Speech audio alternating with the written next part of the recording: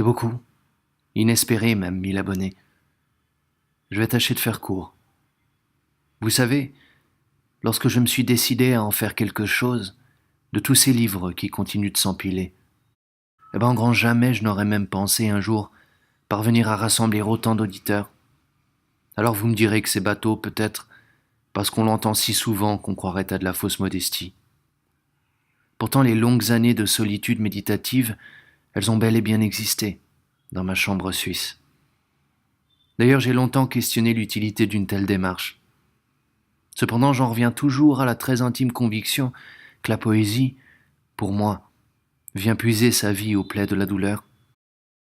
Elle sauvegarde un lien, à mon avis, impérissable entre l'homme et son existence, et fait lever de terre génération après génération, qui lui parleront toujours. Aussi les poètes, aèdes, bardes, troubadours et chanteurs, conteurs et fabulateurs, prosateurs et orateurs, ils réconcilient la fêlure primordiale de l'expérience de vivre, et ils s'établissent dans la difficulté d'arriver et d'être au monde. On ne peut pourtant pas ne pas vivre, c'est ça la foi, dit Kafka dans ses carnets.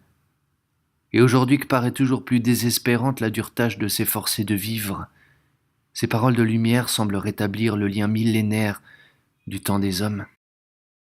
Alors on entend se soulever depuis ces strates immémoriales les paroles d'airain des êtres qui nous ont précédés dans la nécessité de dire, comme si toujours il faudrait désenchanter la terreur d'exister ici-bas et la douleur d'avoir à y tenir. Et c'est merveilleux justement, la poésie, qui permet comme rien d'autre qu'on l'habite quand tout nous manque, qu'on se découvre une âme que soulèvent ces chants. Je vous remercie, le plus sincèrement du monde, d'entrer avec peut-être plus d'humilité encore dans cette autre mesure du temps, qui vit au rythme propre à ses strophes et ses stances, à ses rimes et ses vers. Merci infiniment de préserver de l'oubli prétentieux de notre modernité le fragile témoignage de ses airs. Merci 1000 fois.